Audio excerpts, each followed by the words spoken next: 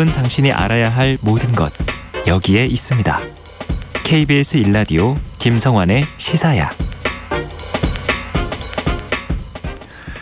내일부터 대형마트, 영화관, 독서실 등 마스크 상시 착용이 가능한 일부 시설에 대해선 방역 패스 적용이 해제됩니다. 법원이 방역 패스에 제동을 걸면서 혼선이 커지자 정부가 일부 시설에 대해 선제적 조치를 취한 거라고 볼 수 있는데요. 이 한림대 강남성심병원 감염내과 이재각 교수 연결해서 이 일부 시설에 대한 방역 패스 해제 조치와 청소년 백신 패스 유지 결정에 대한 좀 더 자세한 얘기 나눠보도록 하겠습니다. 교수님 안녕하십니까? 네, 안녕하세요. 네, 오늘 중대본 발표 내용부터 좀 살펴봤으면 좋겠는데요. 내일부터 방역 패스가 해제되는 시설 어떤 것입니까? 네, 일단 이번에 이제 가처분 신청이 인용됐었던 이제 4일하고 14일에 인용됐던 곳을 다 이제 포함을 했는데요. 네. 뭐 학원, 그다음에 스터디 카페라든지 또한 이제 대형 마트, 그리고 백화점, 그리고 이제 영화관 이런 부분들이 일단은 이제 이번에 방역 패스 조건에서 이제 해지가 일단은 됐고요. 네. 또한 특히 이제 대형마트하고 상점, 그다음에 백화점 같은 경우 서울에서만 지금 이제 가처분 신청이 인용되면서 중지가 됐었잖아요. 네. 이거를 이제 전국 단위로 확대해서 이제 18일부터는 전국에서 다 이제 방역 패스 면제하는 것으로 이제 공지가 됐습니다. 이 방역 패스에 대한 혼선을 막기 위한 조치입니까? 아니면은 어떤 과학적 근거가 있는 겁니까? 일단은 이제 뭐 하고 싶어도 이제 가처분이 인용돼서 할 수 없는 영역에 대해서 일단은 이제 특히 이제 이번에 14일 날 인용된 부분들은 특히 서울에만 적용이 됐는데 서울은 되고 뭐 경기도는 안 되고 이제 이런 혼란 상황들 때문에 굳이 어쩔 수 없이 그냥 전국 단위로 이제 상황을 맞췄다 이제 이렇게 보시면 될 것 같습니다. 이 정부 해제 조치가 앞으로 코로나19 방역 체계에 어떤 영향을 미칠지 이 부분도 좀 궁금한데요. 좀 어려움은 없겠습니까? 그러니까 일단 뭐 지금 상황이야 이제 사회적 거리두기를 열심히 하고 그다음에 방역 패스 적용됐고 또한 이제 사적 이제 모임 숫자도 제한하면서 어느 정도 안정이 된 상황이기 때문에 지금 당장에야 큰 문제가 없을 수는 있겠지만 지금 오미크론 때문에 주말부터 확진자가 늘어나는 상황으로 바뀌면서 이제 감염 재생산 수도 지금 다시 1 이상으로 올라가고 있거든요. 네. 또 오미크론 변이가 이번 주 말 또는 다음 주면 이제 50% 이상 넘어서 우세종이 될 거라고 예측이 돼서 상황이 뻔히 이제 악화가 될 수 있는 상황인데 네. 지금 방역 패스의 일부분이 무력화되기도 했고 또한 방역 패스 자체에 대한 이제 이런 법원의 판단들이 계속되고 있는 상황이어서 어쨌든 전반적인 방역 정책을 이렇게 좀 이렇게 유연하게 할 수 있는 상황들이 많이 막힌 부분들이 있거든요. 그래서 이런 부분은 매우 안타깝다고 생각을 하고 있습니다. 오히려 강화해도 모자랄 판인데 지금 오히려 네. 거꾸로 가는 것 아닌가 이렇게 우려를 표하신 것으로 이해해도 되는 겁니까? 예. 일단은 그 부분이 제일 걱정이 되고요. 예. 또한 상황이 정말 악화됐는데 쓸 수 있는 카드의 일부가 제한이 되는 상황이 돼버렸잖아요. 네. 그래서 그것도 이게 뭐 본안 심사에서 결정이 됐으면 이제 국민적 공감대 이런 걸 못 얻었으니까 어쩔 수 없지 이렇게 인정할 수도 있는데 이게 가처분 신청이라고 하는 임시적인 방편에 해당되는 법적 상황으로 인해서 방역 정책 자체가 이제 갑자기 이제 할 수 없는 상황이 돼버린 부분 또 이런 부분에 대한 선례를 만들었던 부분에 대해서는 매우 안타깝게 생각을 하고 있습니다. 네. 근데 조금 좀 헷갈린다고 해야 되나요? 오늘 3월부터 시행될 청소년 방역 패스는 계속 하는데 학생들이 주로 이용하는 학원이나 독서실을 전체 방역 패스 대상에서는 뺐어요. 청소년 방역 패스를 이게 유지하겠다는 겁니까? 안 하겠다는 겁니까?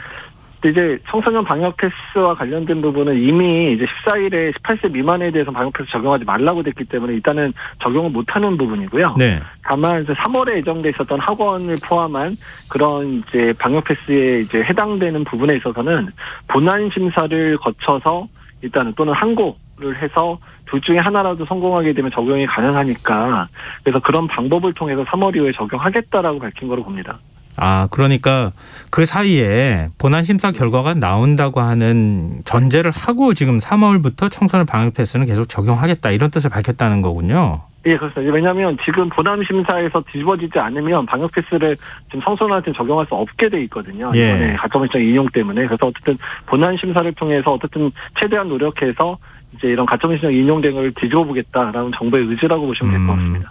근데 법원에서 청소년 방역 패스에 대한 집행정지 결정을 내린 거잖아요. 근데 네. 학부모 입장에서는 방역 패스 지금 이제 안 하게 됐다는데 이거 어떻게 하는 게 좋을까? 백신은 지금 맞춰야 되는 건가? 아닌가? 특히 이제 자녀가 나이가 조금 어린 경우에는 더 이제 혼란이 좀 있을 것 같거든요. 어떻게 네. 대처하면 좋겠습니까?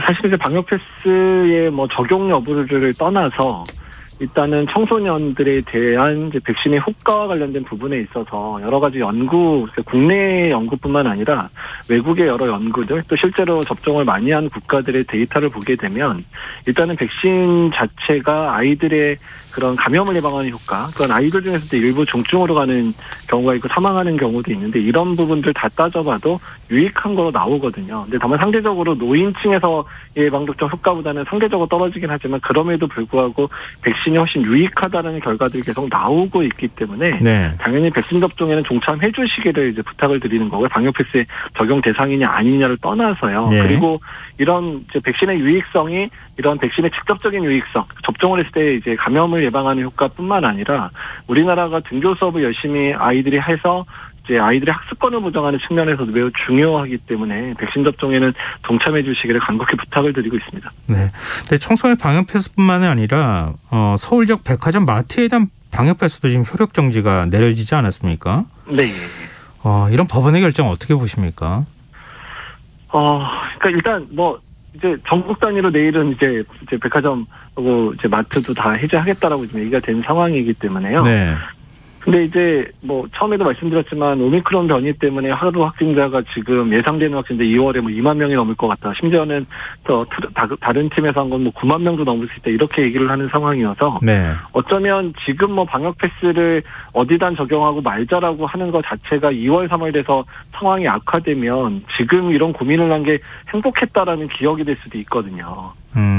그만큼이나 상황이 많이 악화될 수도 있어서 어떻든 방역의 여러 측면에서 부분들이 이렇게 제한될 수 있게 된 부분에 있어서 매우 아쉽게 생각하고 있습니다. 근데 법원의 효력정지 결정에 대해서 뭐 사전에 법원에서 복지부에 지금 방역 패스 효과라든가 이런 것들을 구체적인 자료를 좀 달라 이렇게 요청했다는 거 아닙니까? 네. 근데 제대로 답변을 못했다 이런 보도도 지금 나오고 있는데요. 감염병 전문가로서 법원의 요청은 타당하다고 보시는지 정부는 혹시 더 부실하게 자료를 건넨 건 아닌지 의견을 좀 듣고 싶습니다.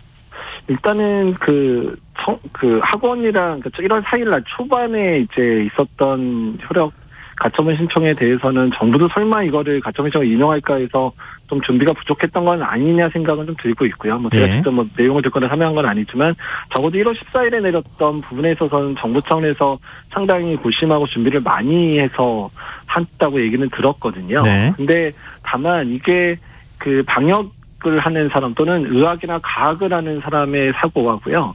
또한 이게 판사님처럼 어떤 인문학을 하신 분들의 그런 판단의 가치는 좀 많이 다를 수가 있거든요. 네. 그러니까 과학적이라는 게 확률적인 부분들을 많이 얘기할 수밖에 없고 또 방역이라는 게 매우 이제 불확실성이 많은 상황이기 때문에 어떤 면에서는 최선을 다할 수 있는 측면들이어서 각각의 요소들에 있어서 몇 프로 줄인다 이런 식으로 단답 형태로 대답하기 상당히 어려운 영역들도 있거든요. 네. 그래서 이게 그 양쪽에 쓰는 언어가 달랐던 부분들 또한 이해의 폭이 달랐던 부분들이 판결에 영향을 끼친 건 아닌가라고 생각을 하고 있습니다. 최근 국민의힘 윤석열 후보가 방역 패스가 비과학적이다 이렇게 발언한 데 대해서 교수님께서 반론을 펼치시기도 하셨는데요. 예. 의료진으로서 혹시 우려되는 점이 있으신 겁니까? 일단 방역과 관련돼 있어서 일단은 정치화시키지 않았으면 좋겠다는 생각을 하거든요.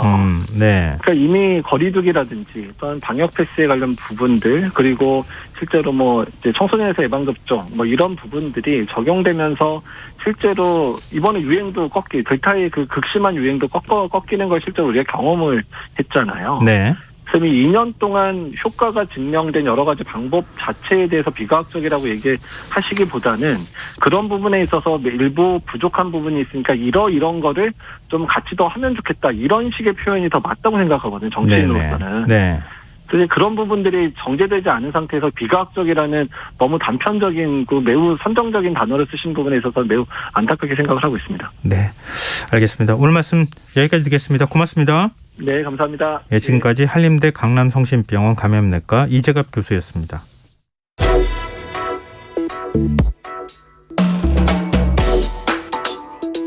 더 나은 내일을 준비하는 시간 KBS 1라디오 김성환의 시사야.